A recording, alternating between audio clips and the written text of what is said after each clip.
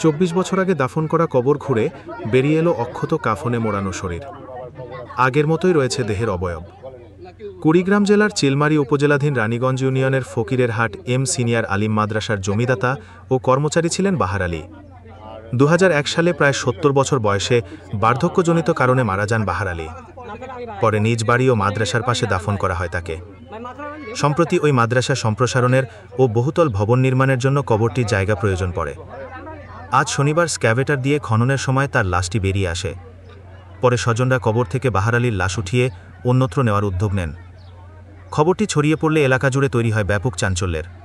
দূর দূরান্ত থেকে কবরটি দেখতে আসছেন উৎসুক জনতা। এলাকাবাসী জানায়, জীবিত অবস্থায় ধর্মীয় অনুশাসন যথাযথভাবে মেনে চলতেন বাহার আলী। সহজ সরল জীবনযাপনের জন্য এলাকায় সম্মানিত ছিলেন তিনি। বাহার আলীর মেজ ছেলে আমাদের জানান, আজ শনিবার দুপুরবেলা আমার বাবার লাশটি আমরা দেখতে পাই এবং পুনরায় দাফন করা হবে। ইসলামী চিন্তাবিদদের মতে আল্লাহ নানাভাবে তার কুদরাতের নিদর্শন দেখান। এটিও হয়তো তার একটি। বাহার আলী আল্লাহর গ্রহণযোগ্য বান্দা ছিলেন বলে সবাই মনে করতেছেন। লোকদের কাছ থেকে আমরা যা শুনতে পারলাম যে সে কখনো কারো হক নষ্ট করে নাই। কারো জমিনের বা বাড়ির কোনো কিছু পড়ে থাকলেও তিনি সেটা ধরে নেয়। এতে বোঝা গেল হালাল রিজিক খাওয়ার কারণে আল্লাহ তাআলা তার দেহকে এখনও অক্ষত রেখেছে।